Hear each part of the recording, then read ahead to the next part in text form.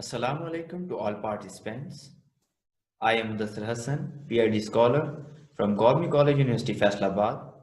On the behalf of organizers of 3rd International Conference on Applied Zoology 2020, under the shelter of the Applied Zoological Society of Pakistan and with the collaboration of Quaid-e-Azam University, Islamabad, Pakistan, I am moderator of this first session. In this session, we will include the talks from the field of drug discovery, biotechnology, bioinformatics, and nanotechnology. Our first presenter of this session is Dr. Muhammad Tahrul Kamar from Guangxi University, Nanjing, China. He will talk about a plant presence absence variance scanners and pangenomic construction pipeline. Please, Dr. Muhammad Tahrul Kamar from China. Hello everyone, I hope you are doing great. First of all, I would like to say thanks to the organizing committee of this conference who gave me the chance to share some of my research work with you. My name is Muhammad Tahirul Kamar. I finished my PhD bioinformatics last year and currently working as a postdoctoral fellow in Guangxi University, China. Today, I will briefly introduce you with a pipeline I developed during my PhD research. It's PPS-PCP.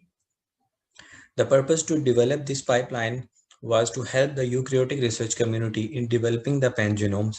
I used a couple of programming languages during the development of this pipeline, and this pipeline gives you the fully annotated pangenome that can be directly used for various research purposes.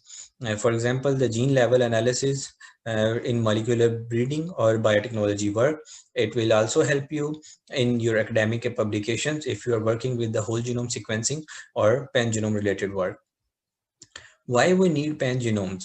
There are a couple of studies published that highlights the importance of pangenomes.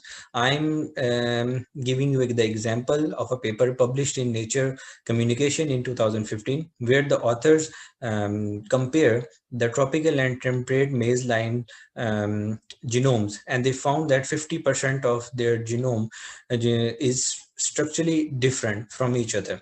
So just imagine if you are using a single reference genome to study the diversity or genomic content of a species or of all individuals of a species, same like this, you will lose the half of the information or most of the information during the process. So that's why we need the pangenome, because the single reference genome cannot capture the entire genomic content or the diversity present among the members of a species. A couple of pangenomic solutions were available for the eukaryotic pangenomes, but none of them was able to give a fully annotated pangenome, and they have their other limitations. So keeping in mind their limitations, we develop a new protocol. And in our protocol, if I say in simple words, it consists of the 4 basic steps. You need to select a reference genome, already established reference genome, and then you can compare your query genomes, multiple query genomes with that reference genome. Our pipeline or the method, the developed method, will extract the PAVs from the query genomes and merge them with the reference genome to develop a new pangenome. This is the simplest explanation, and we submit our protocol patent to the China Intellectual Property Right Administration, and it was accepted. And then we transform our protocol into a pipeline to give the benefit to the maximum people. And our work has been published last year in Oxford Bioinformatics. You can read more details online, and you just need to supply the basic information in the form of the FASTA file or the GFF3 annotation file to this pipeline, and it will develop a fully annotated pangenome for you. Our software, or the pipeline, is freely available on its web page and also on the GitHub page. The links are here. You can download free of cost. And this is the front face of PPS PCP pipeline. It's a single command use pipeline. Anyone can use that. You don't need a prior bioinformatics skills or computational biology skills to understand or run this pipeline. Anyone can read the manual or the tutorial available in the web page. We describe all the steps, and we enlisted all the instructions. You can use this pipeline very easily. And there are also a couple of thresholds, cutoffs, parameters are available. You can use those according to your requirements or research purpose. This is the basic algorithm, and I will not go into the detail of the every step due to the time limitation.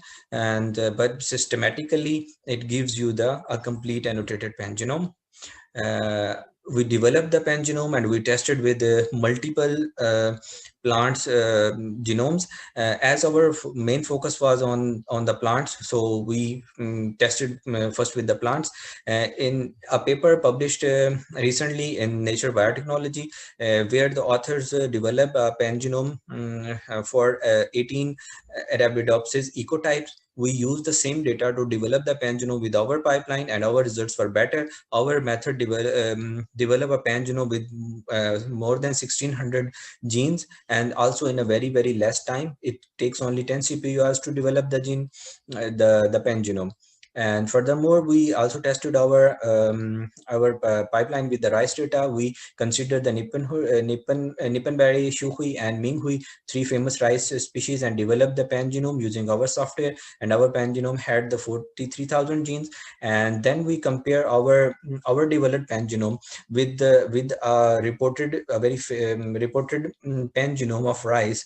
The paper published in 2018 in Nature Genetics, and the authors developed a rice pangenome from more than 3,000 rice sections. So our three species pangenome, we compare with their pangenome, and in a result we see that more than 41,000 genes were fully mapped to our pangenome. So that shows that high accuracy of our developed pipeline, and it takes only 25 CPU hours. So this shows the high accuracy and the high utility of our pipeline.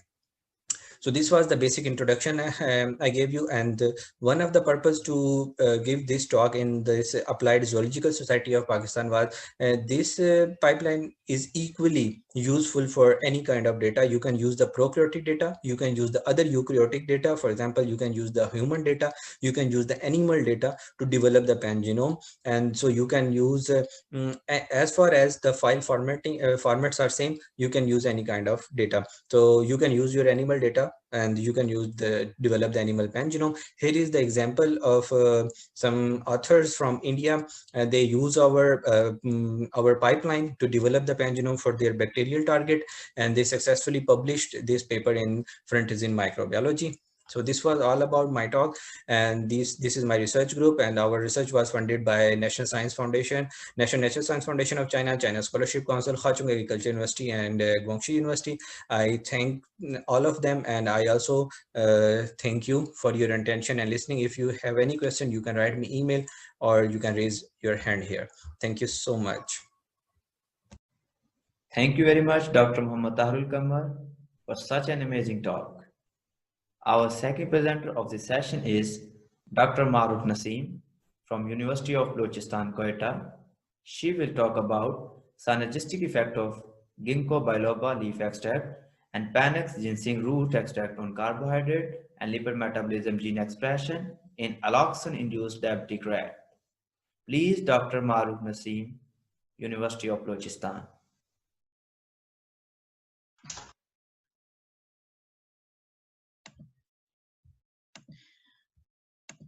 Bismillahirrahmanirrahim.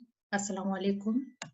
First of all, I would like to say thanks to the organization committee ICAS 2020 for giving me the opportunity to share my research idea. My name is Dr. Maruf Naseem, and I am working as assistant professor in the Department of Zoology, University of Balochistan, Quetta. And today the topic of my discussion is the synergetic effects of ginkgo biloba leaf extract and Panax ginseng root extract on the carbohydrate and lipid metabolism gene in alloxin-induced diabetic rat. Diabetes is a chronic metabolic disorder and caused due to defect in the insulin secretion, and it is the third leading disorder of the world, and its prevalence is very high all over the world. And in Pakistan, it would become 10th leading. Pakistan would become the third leading country by the year 2030. And there are certain other complications which are associated with diabetes mellitus. Retinopathy, nephropathy, neuropathy, cardiovascular disorders, strokes, and metabolic disorder are the most common complications. There are certain treatment which are available in the market, but these therapeutical treatment have certain health adverse effects. Therefore, the interest in the natural remedies are increasing all over the world in the last few decades, because natural remedies have less health adverse effect, are compatible with the body, and easily available in the fruits and vegetables. We selected ginkgo biloba leaf extract and penny leaf root extract in our study. Both these are the Chinese herbs and contains a strong anti-diabetic, anti-inflammation, anti-cancerous properties, and of course the antioxidant properties. The active ingredient of ginkgo biloba is flavonoid, and that of the penny ginseng is the ginsenoside. So the main theme was to see the anti-diabetic and anti-hyperglycemic and anti-hypercholesterolemic activities of these two natural remedies in combination, and to see the effect on the glucose and lipid metabolic genes, and also the antioxidant properties of these two natural remedies in combination. For the experimental design, we selected the 40 ml Vistra adult rats fed on high-fat diet for 14 days, and then Aloxone, single injection of Aloxone was used as a diabetogenic agent at the rate of 120 to 130 mg per kg body weight. Because the Aloxone caused the necrosis of the pancreatic beta cell, to prevent the hypoglycemia, we used the glucose water. We gave the glucose water to the rats to drink, and after 3 days we checked the basal glucose level, and if we found the glucose level higher than 250 mg per deciliter, we considered them as a diabetic rat, and then divided into the following: negative control group without diabetes, positive control group, the diabetic group. For mixed group 1, we give the 50 mg per kg per day ginkgo biloba, and similarly 150 mg per kg per day penny ginseng root extract mixed with the standard diet of the rats. In MG2 group, we gave the 100 and 300 mg per kg per day ginkgo biloba and penny ginseng mixed with the standard diet, and in the MG3 group we used 150 mg and 450 mg per kg per day ginkgo biloba and penny ginseng root extract respectively. On the completion of trial, which was for 14 weeks, we collected the blood directly for the heart puncture of the rats, and separate the serum by centrifuging the blood, and for the following biochemical parameters. We also isolated the skeletal muscle, adipose tissues, and hepatic tissues, washed with saline water, and immediately stored at -80 Celsius. The RNA was extracted by using the cryosol method, and the RNA was reverse transcripted to cDNA by using the superscript 3 reverse transcriptase kit, and quantitative PCR was performed, real-time quantitative PCR was performed by using the cybergreen, and we use these primers. These genes, along with primers for our study, GAPDH was used as a housekeeping gene. Medical analysis was done heavily on our results for the mRNA expression of carbohydrate gene, and we selected GLUT4, IR, and IRS1 gene for the carbohydrate metabolism. For skeletal muscle, we found a significant increase for the GLUT4 in all the 3 treated group. For IRS1, only MG3 group showed a significant result for the skeletal muscles. As far as the adipose tissues are concerned, we found a significant enhancement only for the IR in all the 3 groups, and for the IRS1 in the last MG3 treated group.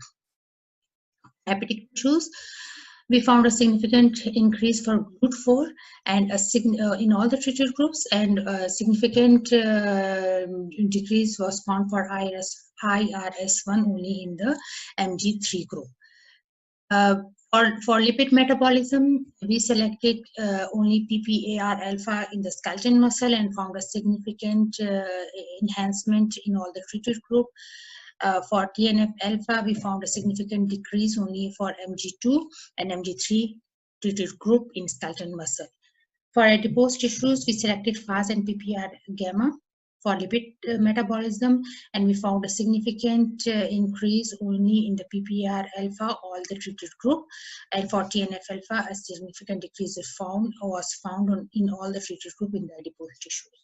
For the hepatic tissues, we found a significant decrease for the expression of SREBP1C in all the three treated group. For FAS, we found a significant decrease only in the MG2 group, and for TNF alpha, only MG3 group showed a significant decrease.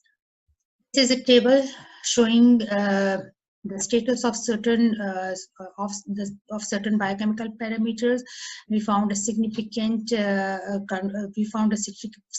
decrease for MG1, MG2, and MG3 group for FAST, but in a dose-dependent manner. For total cholesterol, only MG3 group showed a significant control, and for the rest of the parameter, we found a significant decrease in all the treated group, but in dose-dependent manner. So in conclusion, we found that these two natural remedies have a synergetic effect, but in dose-dependent manner, and have a strong anti-hyperglycemic activities by controlling, by regulating the gene expression of certain metabolic genes associated with the carbohydrate metabolism, and also show strong anti-hypercholesterolemia and have anti-hypertriglycemic activities, as well as antioxidant properties by controlling the CAD and MDA. So thank you very much for your attention. Thank you very much, Dr. Maruf Naseem, for such a wonderful talk. Now I would like to invite Dr. Awais Mushtaq from Quaid-e-Azam University, Islamabad. He will talk about co-delivery of chemotherapeutic agent for anti-leishmanial effect, in vitro and in vivo analysis. Please, Dr. Awais Mushtaq. Dr. Awais Mushtaq here, MPhil scholar from Department of Pharmacy, Quaid-e-Azam University, Islamabad, and I have worked under the supervision of my respective supervisor, Dr. Fawruddin. The title of my research is Co-Delivery of Chemotherapeutic Agents for Anti-Leishmanial Effect in Vitro and in Vivo Analysis. Starting with the disease introduction, cutaneous leishmaniasis is actually a parasitic disease which is caused by intracellular protozoa named Leishmania, and it transmitted by the bite of female sandflies. My formulation, which is transferosomes, are actually deformable particles which can be seen in the figure B, that transferosomes have the ability to deform their shape to enter into the stratum corneum, and after gaining entrance into the skin, they again reform into their original shape. They are composed of phospholipase and a surfactant which is called as adjectivator. It is known as adjectivator because it gives the ability to deform their shape to the transferosomes due to its long light carbon chain, which is highly pliable. Then comes the lipid bilayer and hydrophilic core. I am using the combination of two drugs, antimicrobial peptide vancomycin and bactericidal antibiotic rifampicin. Vancomycin is hydrophilic drug, therefore it dissolves in inner hydrophilic core of the transferosomes, and rifampicin is lipophilic drug which is dissolved in the lipid bilayer of the transferosomes. Then comes the rationale of the study. Transferosomes, actually the rationale of my study is the avoidance of first pass effect and problems associated with parenteral route by providing localized drug delivery system by transporting drug to the stratum corneum. The aim of the study was to develop rifampicin and vancomycin co-loaded transferosomes for dermal delivery, and the objectives were preparation, characterization, and evaluation of rifampicin and vancomycin co-loaded transferosomes RVCT, as well transferosomal gel RVCT gel. Then comes the result of the zeta. The particle size was found 166.2, which was desirable because it is in the range of 100 to 200 nanometer. This size is required for the transferosome to reside inside the macrophages for targeting to the Leishmania parasite. PDI is below 0.2.187, which indicates that particles are uniformly distributed. To support the result of zeta analysis, below is the figure of the transmission electron microscopy, which indicates that particles have uniform boundary, uniformly distributed, and circular particles. Zeta potential had negative charge due to the negative charge of phospholipon G used in the formulation. Then below is the figure of the X-ray diffraction. XRD study was done to check the crystallinity of the formulation. As it can be seen that there are no clear peaks in the vancomycin and lipid because they are not crystalline material, they are amorphous. And the clear crystals can be seen in the rifampicin because rifampicin is a crystalline molecule. And after the formulation, the rifampicins peaks have disappeared, which indicates that rifampicin have changed from crystalline to amorphous behavior, which increase the dissolution of our drug.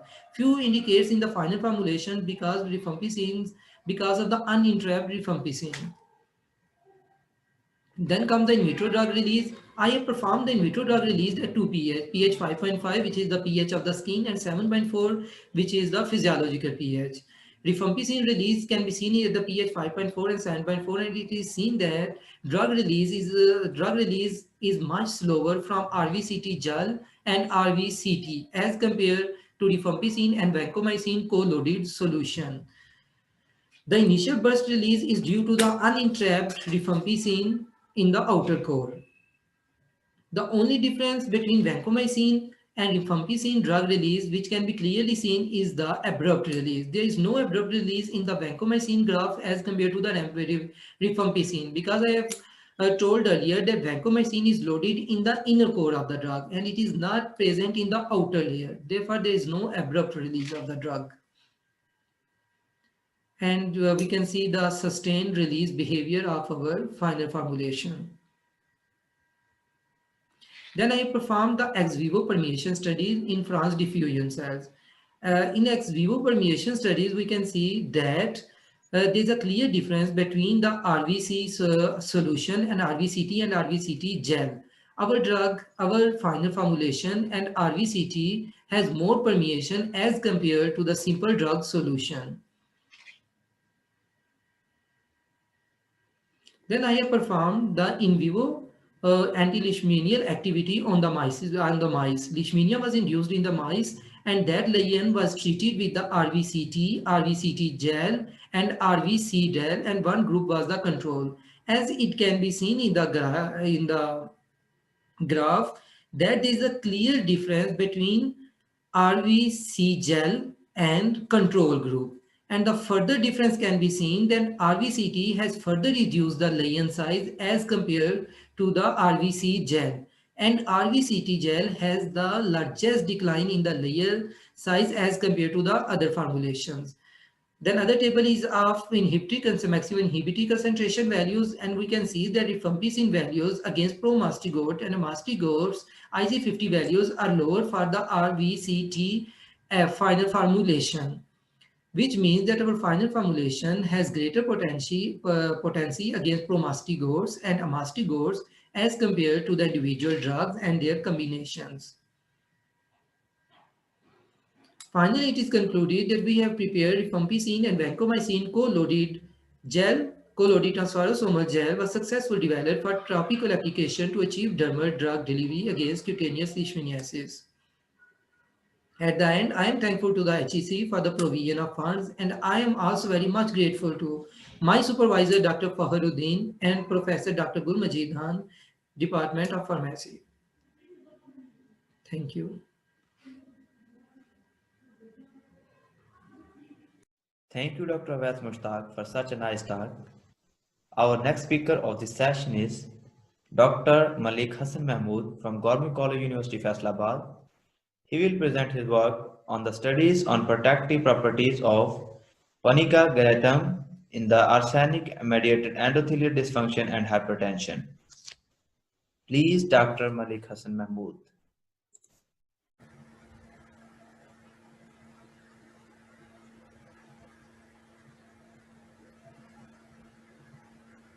Bismillahirrahmanirrahim.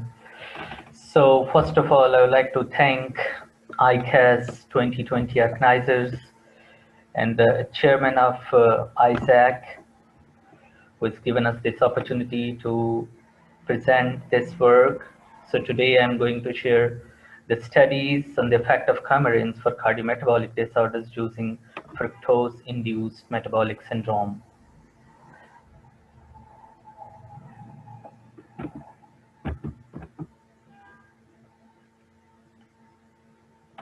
So I declare no conflict of interest with the contents and delivery of this presentation. So the non-communicable disorders, one of the priority health ailment and contributing as a major health burden in society. More than 35 million people are worldwide are suffering from non-communicable disorders, including cardiometabolic disorders. And amongst these, 80% belongs to developing countries, and we, the Pakistan, are also being in top related to the health burden, the disease burden of these cardiometabolic disorders. So these, as per WHO, more than 1 billion adults worldwide are overweight and around 300 million are obese. And IDF shares that the 415 million people, amongst those more men compared to the women, are globally living with the diabetes, had been globally living with the diabetes in 2017. And this number will shoot up to 642 million by 2040. In an estimate by WHO, the prevalence of diabetes in Pakistan was also high in 2016. That was approaching to 10%, and in future, that's also speculated to be in a double digit. So keeping all these in consideration, this is focusing that this area need to be looked into for newer therapeutic modalities for the treatment or to combat these cardiometabolic disorders. So the cardiometabolic disorders, if you look at these, are thought to be the cluster of different diseases like impaired glucose tolerance leading to development of insulin resistance, abdominal obesity, dyslipidemia, hypertension, and most of these disorders are majorly developed because of our dietary habits and the lifestyle patterns, which this developed world has given us the gift. So, keeping all these consideration, the coumarins, which are secondary metabolites, and belongs to benzopyrone family, are found in many edible plants, like in cinnamon cassia, green tea, peppermint, slurry, and the carrots. Its concentration also varies from 1 mg per kg to around 87,000 mg per kg in the cassia. And the substitution of the lactone and the benzene rings offers the coumarins into different classes, comprising in the simple and the complex coumarins. So the coumarins have been studied for a variety of ailments, including chemically induced diabetes, anticoagulants, antithrombotic, anti-cancer activities, and also in cardiac hypertrophic effects. However, their insulin sensitizing antioxidant and their effectiveness in the cardiometabolic disorders has not been yet evidenced in the literature. So this study has been designed to evaluate coumarins as a potential therapeutic candidate, might be therapeutic as a preventive candidate for metabolic syndrome using high sucrose fat-induced metabolic syndrome animal model.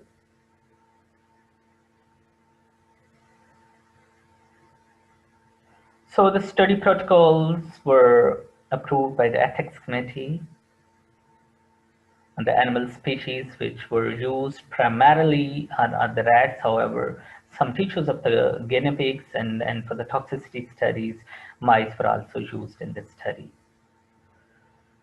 Fructose-induced animal model was used. Animals were randomized and divided into different groups. Then treatment was carried out. After induction period, Then isolated tissues were isolated and histological studies were conducted on the isolated tissues. Systolic blood pressures through non-invasive method was measured by using PALAB data acquisition system, where the systolic blood pressure was monitored where the pulse just tries to rise. The results showed here the coumarin, similar to the metformin, showed effect compared to the diseased group, and on the heart rate, equal effects were found, similar to the effect of the positive control. Now, when it was tested for its effect on isolated tissue preparations, the tissues were isolated from those animals, the treated animals, those were mounted in the assembly and were provided with the normal physiological, the salt solution, temperature, and the carbogen gas. Then PALAB data acquisition system was used to assess the effects. And among the effects, you can see here that it caused vasorelaxant effect, possibly mediated through potassium channels activation. And if you look at the sensitivity of the potassium channels, then the TEA sensitive potassium channels and 4-AP sensitive potassium channels were found to be the solely involved in its vasorelaxant effect. When the tissues were also assessed for their effect on endothelium, so the treatment with the coumarin showed reversal of the damaged endothelium compared to the diseased group. So also showing that the coumarin has also insulin dependent and endothelium dependent vasorelaxant effect that might be contributing it in its vasorelaxant potential. In HOMA-IR, it has also been found effective, similar to the positive control. When we looked at the tissues, the revival of the pancreatic beta cell was found with the treatment groups compared to this diseased group. Similarly, the septa thickness were also found to be revived, similar to the normal control compared to disease groups and the treatment group of the coumarin. Immunohistochemical staining for these pancreatic tissues have also showed the density of the beta cells higher, similar to the normal, and more than this diseased group in this treatment and the treatment of the coumarin group, similar to the positive control. The hepatic tissues have also showed the positive influence of this treatment compared to others. Similarly, the portal vein was found to be revived in this treatment group compared to the disease group, where it has found been degraded. So keeping all these in consideration, we may conclude that the coumarin possesses antihypertensive and vasodilator properties, one arm of metabolic disorders, and might be mediating their effect through potassium channel activation and involving the non-specific potassium channels, and partly a weak effect on the calcium channels as well.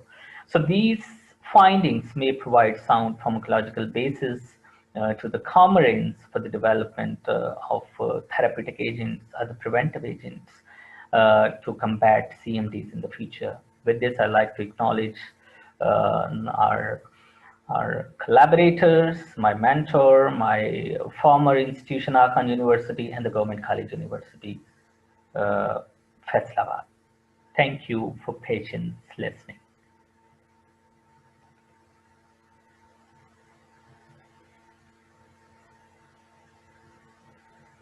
Thank you very much, Dr. Malik Hassan Mahmood, for such a wonderful talk. Now, the turn of our fifth presenter, Ikra Sarfraz, from Government College University, Faisalabad. She will represent her work on identification of citrus peel extract as novel PKM2 inhibitor for the treatment of cancer. Please, Ikra Sarfraz. First of all, I would like to thank the organizing committee of ICAST 2020 for providing me such a great opportunity to share my research work with the scientific community. My name is Ikra Sarfraz and I am working as PhD scholar at Department of Zoology, Government College University, Faisalabad. Today, I will be talking about tumor metabolism, a novel and selective target for cancer therapy, more specifically PKM2 as a novel therapeutic drug target for cancer. Cancer is caused by uncontrolled proliferation of cells. One of the most important characteristics of cancer cell is increased glucose uptake. Cancer cells love sugars. They are always hungry to eat more sugars. But in addition to eating a lot more sugars, cancer cells also start to metabolize sugar in a slightly different way. Let's have a look on how tumor metabolism differ from normal cell metabolism. Normal cells take sugars, use oxygen and convert these sugars into carbon dioxide, generating a lot of energy molecules. In 1920, Otto Warburg discovered that cancer cells take sugar and convert these sugars into lactate. Even if the plenty of oxygen is available, they are generating only a small amount of energy. This phenomena is known as Warburg effect, and Warburg won Nobel Prize in Physiology and Medicine in 1923 for his groundbreaking observation about the cancer cell metabolism. But from an energy point of view, it is much more efficient to generate 36 molecules of ATP from complete metabolism of glucose. While converting to lactate, we can only generate up to 2 molecules of ATP. Then why cancer cells adopt these energy deficient pathways instead of energy favorable pathways? In order to answer this question, we must know what a cancer cell needs. A cancer cell needs to grow and divide and make more cancer cells, and you cannot make more cancer cells simply with energy. Just like you cannot build a house simply with electricity, you will need building material and much more. Yes, we can make energy from sugars, but we can make other things like the DNA that growing cells need, RNA for the synthesis of polypeptide chain. Cancer cells also need to starve the neighboring cells in order to create space for the growing tumor. So cancer cells are clever. They reprogram their metabolic profile in order to assure the supply of building blocks for cellular proliferation, to create the space by starving the neighboring cells, to suppress the immune system for the NADPH production, for the reduction of glutathione, and for the reduction of reactive oxygen species that is produced by the mitochondria. In order to meet all these demands, cancer cells overexpress a number of pathways. More than 20 pathways has been reported to overexpress in cancer cells, including glycolysis, pentose phosphate pathway, serine metabolic pathway, and the TCA cycle. Here is the brief representation of metabolic pathways that are overexpressed in cancer cells. From these pathways, I am specifically focusing on one of these pathways, which is known as glycolysis. And from this glycolytic cascade, I am focusing on one of the enzyme, which is known as pyruvate kinase, which catalyzes the conversion of phosphoenol pyruvate to pyruvate in the last step of the glycolysis. But why we are focusing on the pyruvate kinase? Pyruvate kinase has been reported to be overexpressed in number of cancer types, including breast cancer, liver cancer, leukemia, gastric cancer, lung cancer, laryngeal cancer, cervical, prostate, and esophageal cancer. But in addition to this, a specific isoform of pyruvate kinase known as PKM2 has been reported to selectively support divergent biosynthetic and energetic requirements of cancer cells. That's why we are focusing on the PKM2, and we during this study aim to identify novel and selective inhibitors of PKM2 for cancer therapy. Due to time limitation, I will briefly explain our integrated approach for the discovery of novel inhibitors of tumor metabolism.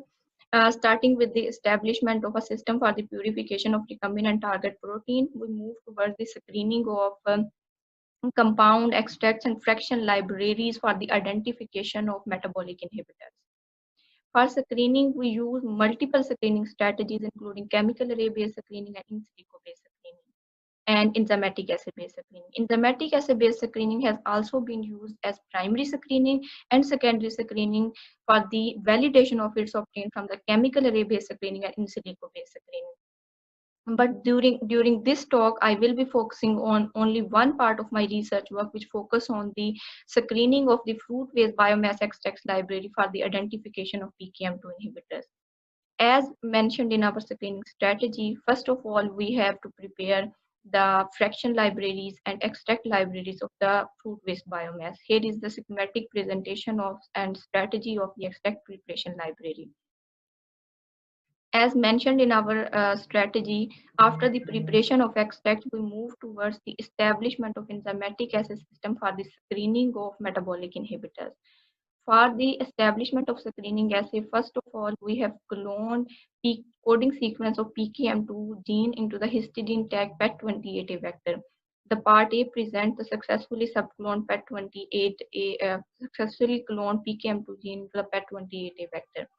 This recombinant plasmid was transformed into BL21D3 cells, and the protein expression was induced, the protein was purified. The SDS page analysis of the purified protein is shown in the part B. Using this purified protein, we have established an enzymatic assay system based upon the principle that the product that is formed by the reaction catalyzed by PKM2 is converted to lactate by lactate dehydrogenase with the conversion of NADH to NAD. And the part D of this figure presents the validation of substrate concentration that we use for the enzymatic assay-based system. This enzymatic assay-based system was successfully established by Amara Rial during her PhD studies in our lab at GCUF. Using this screening assay system, I have screened 50 plus fruit-based biomass extracts, and citrus peel was found to be the most potent inhibitor of the PKM2. Recently, I have got funding from the International Foundation for Science for the preparation of enriched extracts of PKM2 for novel and selective anti-cancer therapy. Next, we are focusing on the anti-cancer evaluation of the citrus peel extracts by MTSA against a panel of cancer cell lines. And so far, we have screened citrus peel extract against A549 lung cancer cells, and the results clearly demonstrate the dose-dependent inhibition of cancer cells at the concentration of 300 to 400 microgram per ml. We are also in our future studies aim to test our inhibitors in vivo mouse model, and the hypothetical model is shown in the figure. As you can see how promising results are obtained after treatment of chemically induced in vivo carcinogenic model with the chemo drugs. But I will show you another side of the picture. What happened, tumor has been relapsed, and this is what is really scary about the cancer. And we hypothesize that rational combination of our metabolic inhibitors and chemotherapy have potential to delay the onset of relapse or recurrence of cancer, which will definitely enhance the overall median survival rate of cancer patients. We are also planning to check our metabolic inhibitors in patient-derived cancer xenografts in our future studies. Now, I would like to summarize my research work. During this study, a novel integrated screening platform for discovery of potent and selective inhibitors of PKM2 has been established. PKM2 has been cloned, purified, and its enzymatic assay system has been established. Using this system, we have successfully identified and characterized novel, potent, and selective PKM2 inhibitors. And in future, this study will surely provide potent and selective modulators of tumor metabolism target proteins to unlock the secrets of how metabolic enzymes work. And as phase 1 clinical trials showed IDH-mutated inhibitors have good safety profiles, we hope that our results will also be successfully translated to human tumors in the future. I would like to acknowledge the International Foundation for Science and ComStack for providing me funding to support my research project. And at the end, I would like to thank you all for your kind attention towards my presentation.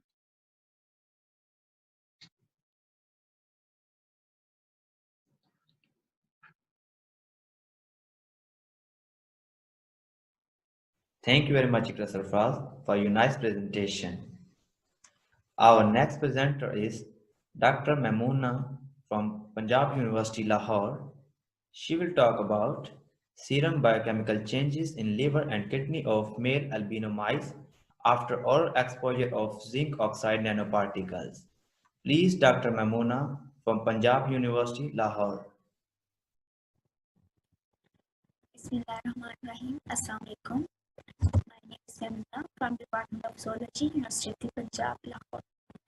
The topic of presentation is serum biochemical changes in liver and kidneys of male albino mice after oral exposure of zinc oxide nanoparticles. Nanoparticles are extensively being used in several industries, including food, cosmetic, and medical instrument manufacturing industry. However, a lot of questions are being raised regarding the damaging effects of nanoparticles in living organisms.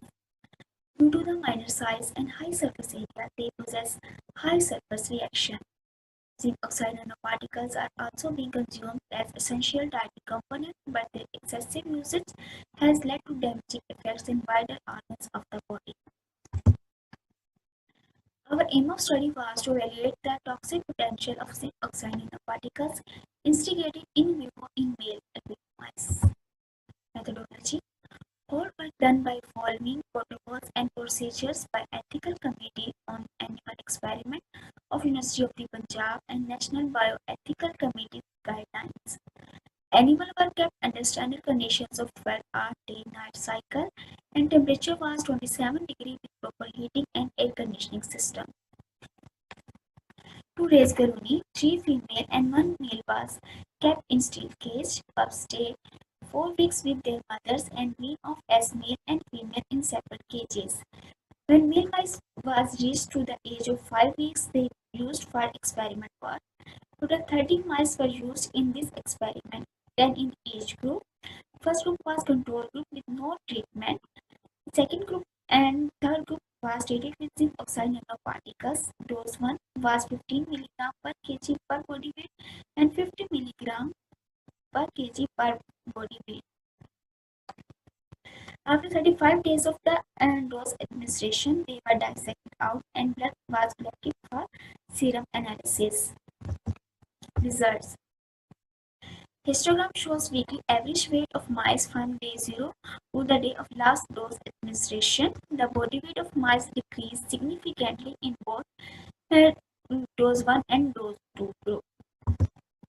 Organ weight: liver weight in dose 2 group increased significantly as compared to dose 1 and control group. Similarly, the kidney weight in dose 2 increased significantly as compared to dose 1 and control group. Serum biochemical analysis. Liver functional test. The level of bilirubin shows no remarkable differences as compared to dose, while the level of ALT and AST increased significantly in dose 2 group and shows no remarkable differences in dose 1. In ALP, and the level of ALP increased significantly in dose 1 group as compared to dose 2 and control group. The level of proteins, albumin and globulin shows no remarkable differences as compared to control group. Renal functional test. The level of urea and blood urea nitrogen shows no differences as compared to control group, while the level of creatinine decreased significantly as compared to control group in both dose 1 and dose 2 group. Conclusion: the present study shows that the oral administration of zinc oxide nanoparticle induces toxic effect in male mice. They cause decrease in body weight. The biochemical and morphological examination showed toxic effect of zinc oxide nanoparticles in liver and kidney. So it is recommended that to avoid the use of products containing zinc oxide nanoparticles. Thank you. Thank you very much, Dr. Mamoona, for your superb talk. Now I would like to invite Dr. Samreen Hayat from University of Sargodha. She will talk about aluminium oxide nanoparticle inhibit EPS production, adhesion, and biofilm formation in multi-drug resistant Acinetobacter baumannii. Please, Dr. Samreen Hayat from University of Sargodha. Assalamu alaikum everyone. I am Dr. Samreen Hayat from Department of Microbiology, Government College University, Faisalabad. I am also affiliated with Department of Biotechnology, University of Sargodha. First of all, I would like to thank to the organizers of this conference for providing me platform to present my work. And my research work is entitled as Aluminium Oxide Nanoparticles Inhibit EPS Production, Adhesion, and Biofilm Formation in Multi-Drug Resistant Acinetobacter baumannii. Basically, due to emergence of resistance among numerous pathogens, it has threatened the scientific community, because the clinical effectiveness of various drugs has been compromised due to emergence of resistance. When we talk about Acinetobacter baumannii, it is an opportunistic pathogen that is also a biofilm former. It is a superbug. It can resist multiple drugs, and a number of infections can be caused by this particular pathogen. For example, urinary tract, respiratory tract infection. When we talk about Acinetobacter baumannii, it can survive under in harsh environmental conditions in hospital settings because of production of exopolysaccharide and biofilm formation. So it means these are contributing towards the survival as well as towards the resistance against antibiotics. That's why in our study we mainly targeted exopolysaccharide production and biofilm formation in Acinetobacter baumannii by using aluminium oxide nanoparticles.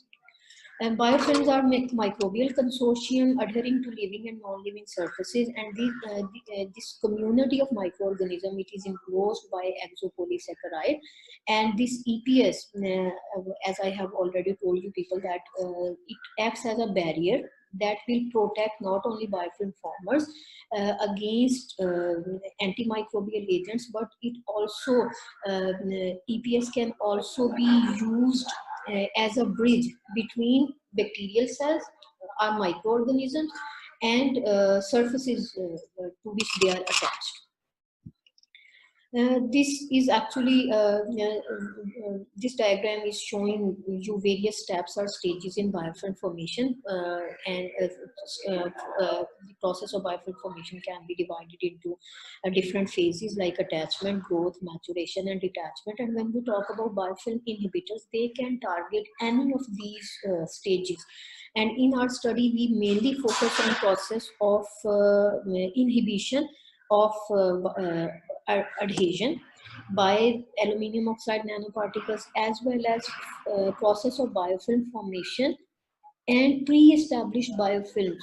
Either they can be targeted, they can be removed by using aluminium oxide nanoparticles or not. So this was basically the theme behind this study.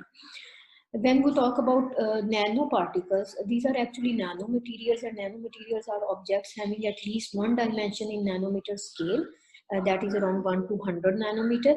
And the important thing about nanomaterials or nanoparticles is that they have high surface area to volume ratio, and due to this feature, they are biologically more active against as compared to their bulk counterpart. And another important feature about nanoparticle is that when we talk about when you want to compare it with antibiotics, that nanoparticles, they can target multiple sites in microorganisms when we talk about their antimicrobial activity, and as a result, what will happen, microbes will face difficulty in exhibiting resistance against nanoparticles. So that's why today in current situation against multi-drug resistant pathogen, nanoparticles, they are being tested to find out either they are effective against them or not. In this study, we first of all, by using a wet chemical synthesis method, aluminium oxide nanoparticles were synthesized, and transmission electron microscopy and EDX was used to characterize synthesized nanoparticles. Then antibacterial activity was determined by broth microdilution method in order to check MIC and FBC. And then cell attachment assay was performed to find out the effect of aluminium oxide nanoparticles on adhesion to plastic surfaces that were provided in the form of microtiter plates. Later on, effect of nanoparticles on biofilm formation, as well as on inhibition of biofilm biomass of pre-established biofilms, it was also tested. And at the end, we find out either aluminium oxide nanoparticles, they can affect EPS production or not by measuring the wet and dry weight of extracted EPS, as well as carbohydrate and protein content of EPS was also quantified. This is our result. Transmission electron microscopy indicated that nanoparticles, they were spherical or roughly spherical in shape, as well as diameter was around less than 10 nanometer. So in this diagram, you can see most of the nanoparticles, they are spherical. Similarly, EDF spectrum indicated the elemental composition of aluminium oxide nanoparticle, indicating that aluminium and oxide elements were present. Then the MIC for Acinetobacter baumannii was 125 microgram per ml, whereas MBC was minimum bactericidal concentration was found to be 1000 microgram per ml against all 3 tested strains of Acinetobacter baumannii. This figure shows you the effect of nanoparticles on adhesion of bacteria to plastic surfaces, and you people can see that when control cells were compared with treated cells, there was significant inhibition in percentage adherence to plastic surfaces. As you can see, inhibition in case of 3 strains was around 48 to 51%, and maximum inhibition was observed in case of Acinetobacter AB2 strain, where around 51% inhibition in attachment was observed. Similarly, biofilm, they were inhibited by nanoparticles. Biofilm formation was inhibited, like in the diagram, you can see the effect of nanoparticles on biofilm formation. Biofilms were grown for various time intervals, 24 to 120 hours, and in control cells, you can see that biofilm formation it was increased with the passage of time, and maximum was find out after 96 hours of incubation, and then the detachment process was started. Whereas in case when cells were treated with sub-inhibitory concentration of aluminium oxide nanoparticle, there was significant inhibition of biofilm formation when you compare it with control cells, and maximum inhibition was observed in case of strain AB3 at 48 hours. And then in the figure B, you can see the effect on preformed biofilms. Biofilms were initially grown for different time intervals, and then sub-inhibitory concentrations of aluminium oxide nanoparticles were added to find out either they are efficiently removing the biofilm biomass or not. And the results indicated that biofilm biomass was significantly reduced in case of treated cells when you are comparing it with control cells. Then at the end, we tested the effect of nanoparticles on EPS production, and the results indicated that in case of control cells, wet and dry weight was more as compared to that of treated cells. And it's the same thing was observed in all of these 3 tested strains. Whereas proteins and carbohydrates contents was also quantified, and the findings were that, like in case of treated cells, significant inhibition of amount of carbohydrates as well as proteins was observed. In most of the cases, there was significant inhibition or reduction in the amount of proteins and carbohydrate content was observed in Acinetobacter baumannii. So we can conclude that our study, the findings of our study was that aluminium oxide nanoparticles can be effectively used against Acinetobacter baumannii by targeting biofilm formation, adhesion, and EPS production. Thank you all for paying attention to my presentation. Thank you very much, Dr. Samreen Hayat, for your superb talk. Now our next presenter is Riaz Amin from Cohort University of Science and Technology. He will present his work on in vitro anti-leishmanial activity of Pakistani bee propolis extracts. Please, Riaz Amin from Cohort University of Science and Technology. Hello everyone, welcome to the 3rd International Conference on Applied Zoology 2020, organized by the Applied Zoological Society of Pakistan and Quaid-e-Azam University, Islamabad, Pakistan. I am Riaz Amin from Department of Zoology, Cohort University of Science and Technology, Cohort, working under the supervision of Dr. Sumbul Halim. Now I am going to present our work in front of you people entitled In Vitro Anti-Leishmanial Activity of Pakistani bee propolis extracts. Introduction. Leishmaniasis is an intracellular vector-borne protozoan infection caused by different species of genus Leishmania. Leishmaniasis is generally exists in 3 major forms. visceral leishmaniasis, cutaneous leishmaniasis, and mucocutaneous leishmaniasis. Several species of leishmania, including Leishmania tropica, cause cutaneous leishmaniasis. Anthroponotic cutaneous leishmaniasis is caused by Leishmania tropica, characterized by erythematous papules, which normally develop into nodules and ultimately become crusted, ulcerated lesions. The lesions are found on the biting site of sandfly.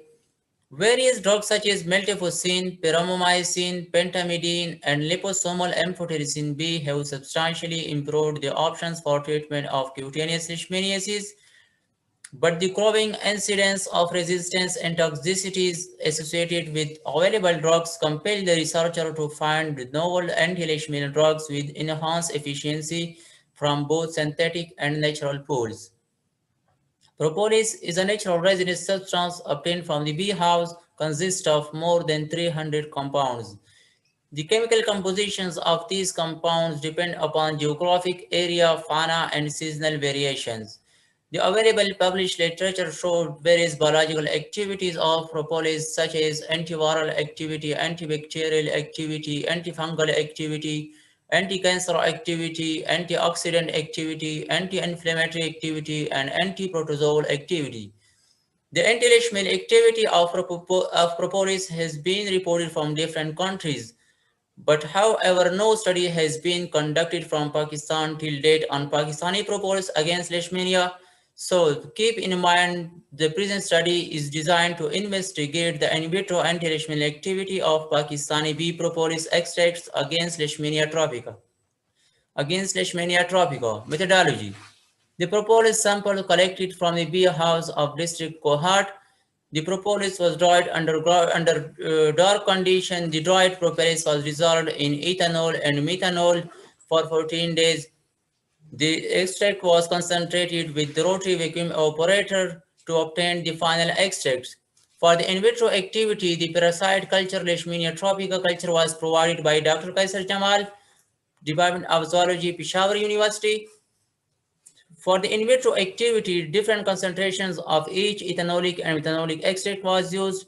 The lowest concentration is 25 microgram per ml and the highest concentration is 750 microgram per ml.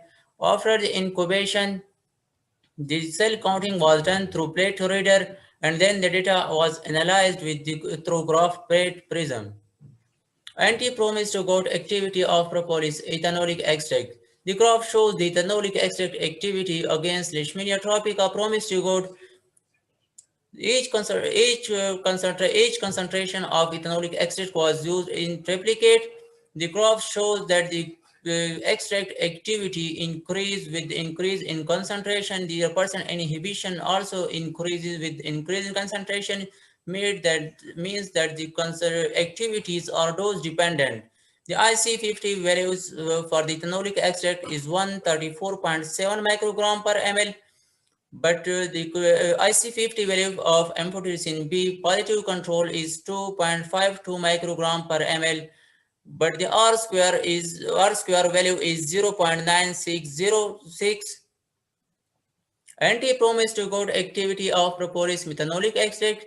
This graph shows the methanolic extract activity.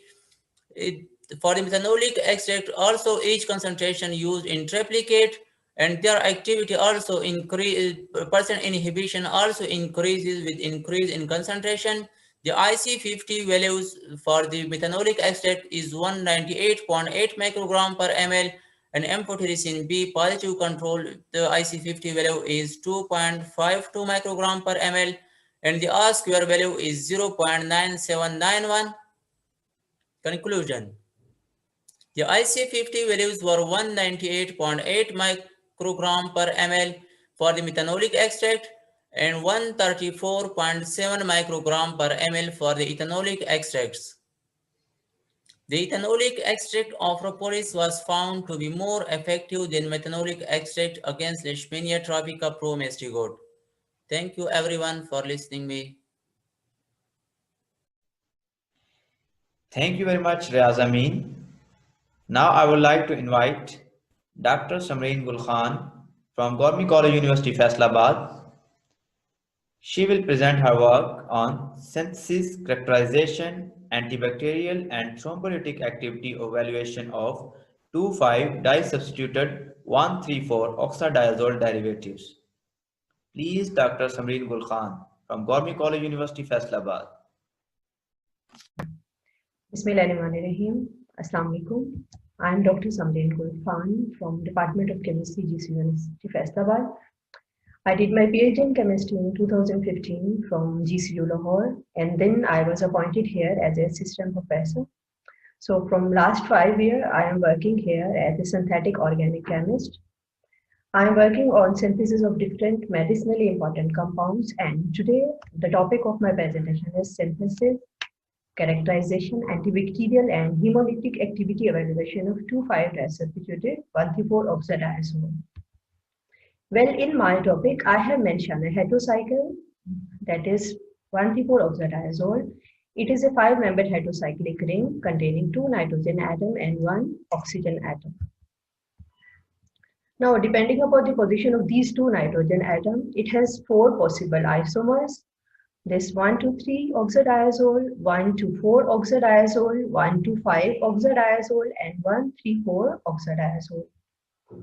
From previous literature, it is confirmed that this 1,3,4-oxadiazole with substitution at its 2 and 5th position, it means 2,5-disubstituted 1,3,4-oxadiazole have been reported to have significant activities like anti-cancer, antibacterial, anti-inflammatory, and other.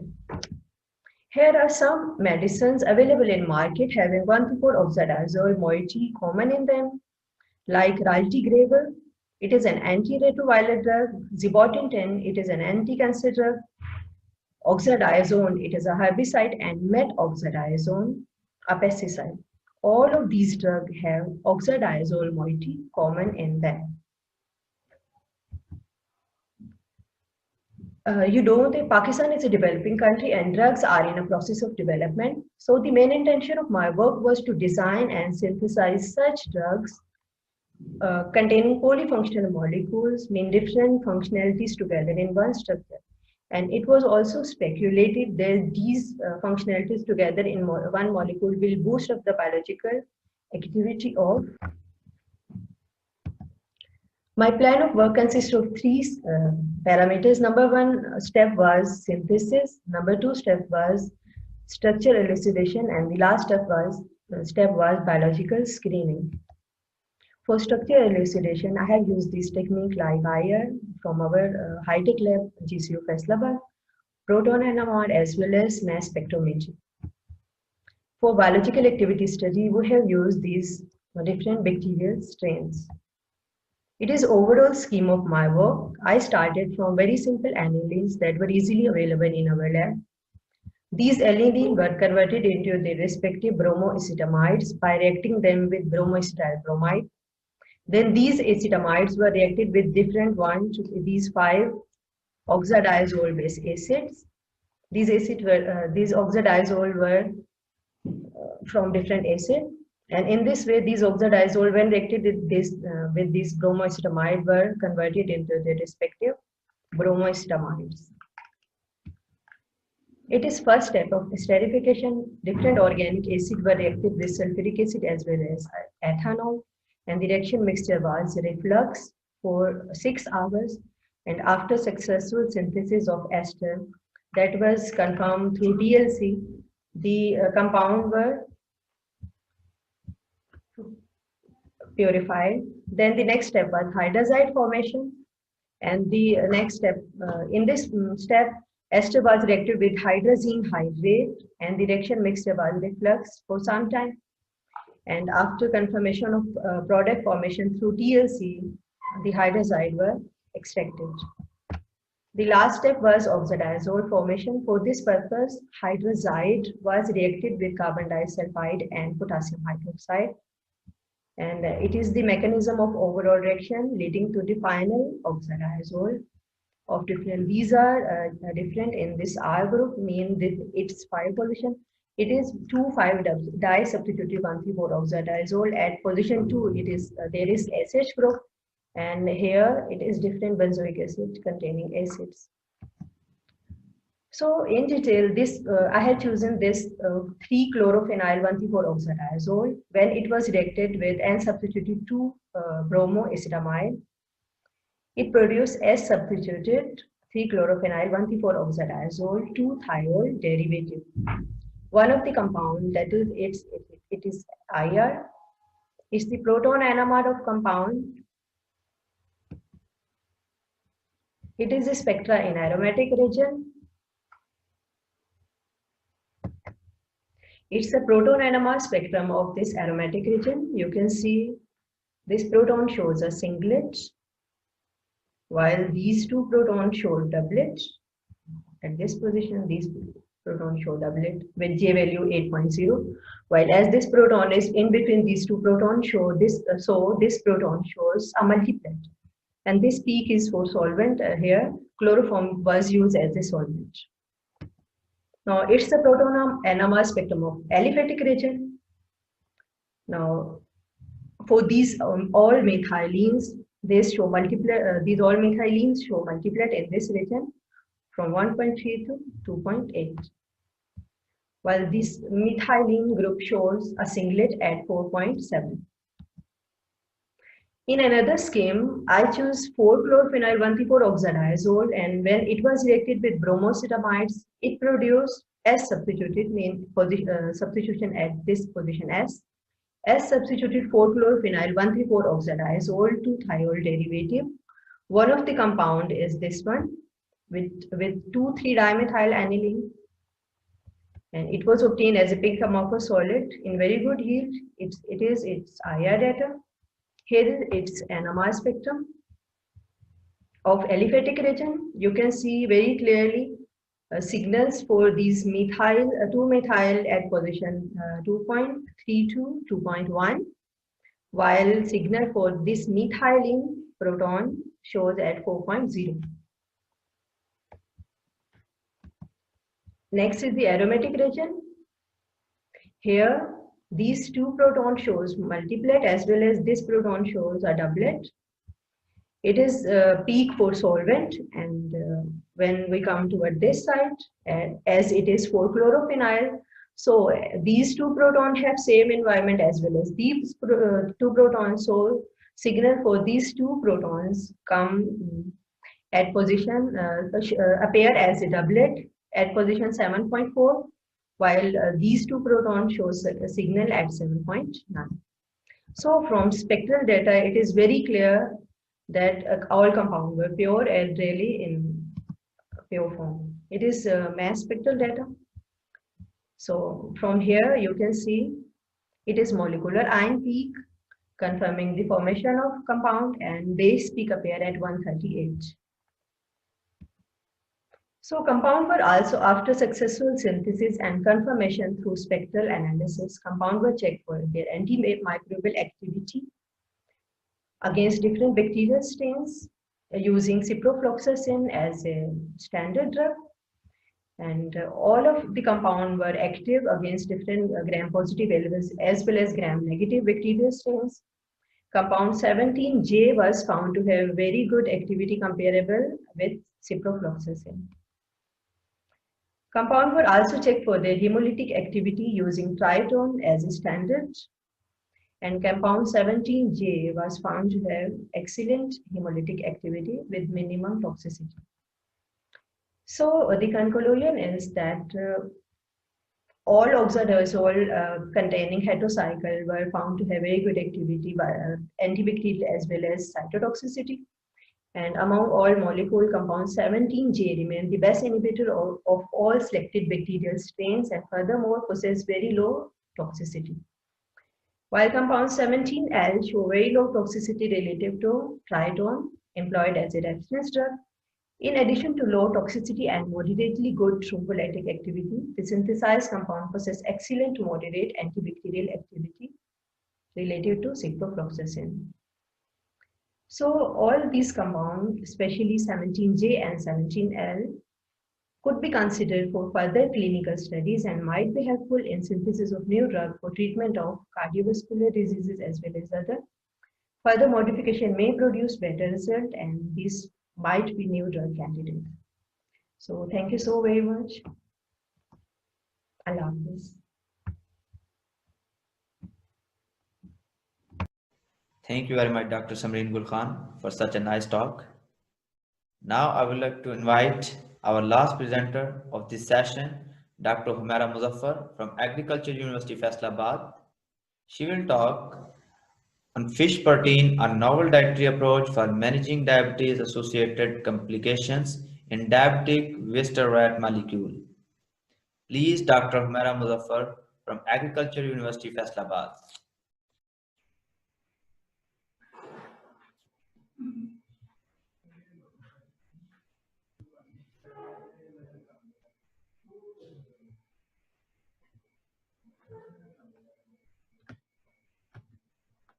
Bismillahirrahmanirrahim. Assalamu alaikum to all the respected guests and participants of Third International Conference on Applied Zoology 2020. I am Dr. Humaira Muzaffar, working as Assistant Professor in the Department of Physiology, Government College University, Faisalabad. And today I am here to present my research project, which is entitled Fish Protein, a Novel Dietary Approach for Managing Diabetes-Associated Complication in Diabetic Visceral Rat Model. So let's start with a brief introduction and background about diabetes. As all of you know that diabetes mellitus, it is a metabolic disorder of multiple etiology, which is characterized by persistent hyperglycemia, and it may result from the defects in insulin secretion from the beta cells of the pancreas or defects in insulin action or both. As far as the prevalence of diabetes is concerned, according to International Diabetes Foundation 2013, it is estimated that about 3 to 2 million people around the globe, they are suffering from diabetes. And among 86 million people, more than 1 out of 3 adults have pre-diabetes. 9 out of 10 do not know that they have pre-diabetes. And the most alarming situation is that 15 to 30% of people with pre-diabetes will develop type 2 diabetes within 5 years. And if the diabetes is continued to progress at this rate, it is expected that by the year 2035, there will be an addition of 205 million more people in the current diabetic population. Unfortunately, Pakistan is at 7th position in diabetes prevalence, and it is projected that by the year 2030, Pakistan will be the 4th largest country having the more number of diabetic people. So serious effort should be put to curtail this progression. For the management of diabetes mellitus, 3 components are very important, including diet, exercise, and pharmacotherapy. Pharmacotherapy involves the administration of oral hypoglycemic agent as well as insulin therapy. However, these therapies may have many side effects. The current research project, it was particularly focused on the use or manipulation of the diet for the management of diabetes and its associated complications. The hypothesis of our research is that high protein diet, particularly the protein which is obtained from animal origin, it is rich in essential amino acids, and it may have potential to modulate or regulate pancreatic beta cell functioning and beta cell regeneration. If the insulin producing beta cells, their function and regeneration, it is modulated, so high protein diet, it might have potential to manage the diabetes associated complication. Based on this hypothesis, the objective of our research was to explore the therapeutic efficacy of fish protein rich diet for managing diabetes and associated complication in the diabetic visceral rat model. For this purpose, we have induced diabetes in rat by using single intraperitoneal injection of Elexon at the rate of 130 milligram per kg. Elexon, it is a diabetogenic agent and urea derivative, as well as it is urea glucose analog. So it was selectively uptaken by the beta cells, and inside the beta cell, it caused the oxidative stress and causes the destruction of beta cells through the process of apoptosis, leading to the development of hyperglycemia or diabetes. After the administration of Elexon, we have waited for 10 days. After 10 days, the animals exhibiting blood glucose level more than 200 milligram per deciliter were enrolled in study, and they were divided into different groups. Protein treatment groups, high protein, 45% high protein diet and 55% high protein diet treated groups, they were administered fish protein for a period of 28 days. While the positive control group, it receives no treatment. The glipniclamide treatment group received the glipniclamide at the rate of 10 milligram per kg. and negative control group there includes the normal rats receiving the normal diet. At the end of the trial, after 28 days, all the animals they were decapitated and for the collection of blood samples for performing various biochemical analysis. Now the results of our study showed that fasting blood glucose level was significantly higher in positive control group throughout the experimental period as compared to negative control group. However, glipnilamide and 45% 55% treatment group significantly reduced the fasting blood glucose level. To assess the oxidative stress marker, we have observed the serum total oxidant status as well as total antioxidant capacity, and it was observed that intake of high protein diet in hyperglycemic rats potentially enhanced the total antioxidant capacity and significantly reduced the oxidative stress. Lipid profile was also improved as a result of high protein treatment, as it is evident from this graph that the level of cholesterol, triglyceride, and LDL was significantly increased in positive control group after the induction of diabetes by Lexon. However, the treatment with 45% and 55% protein diet significantly reduced the level of cholesterol, triglyceride, and LDL. However, the level of HDL it was increased slightly in this treatment group, but this increase was statistically non-significant. So overall, we can say that a noteworthy control of serum lipid profile was observed in high protein diet treated diabetic rats. We have also observed the effect of high protein diet on renal function markers of diabetic rats, and it was observed that treatment with 45% and 55% fish diet appreciably improved the renal function markers, as it is evident from these graphs that creatinine level, urea level, and uric acid level was significantly reduced in treatment groups. Serum proteins were also observed, and the results showed that diabetic rat receiving high protein diet restored the serum total protein and albumin levels. For the liver function markers, we have observed the serum level of some liver enzyme AST and ALT, and the result confirmed that treatment with high protein diet decreased and restored the normal serum AST and ALT concentration, which were significantly increased in positive control group. So the results of our study, based on our result of our study, we can conclude that dietary management is a convenient way to cure diabetes and associated complications with less side effects. This is all about my presentation. Thank you for your attention.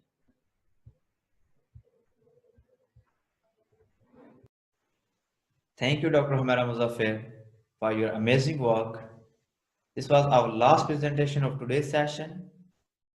I again thanks to all presenters to making this session very productive and wonderful.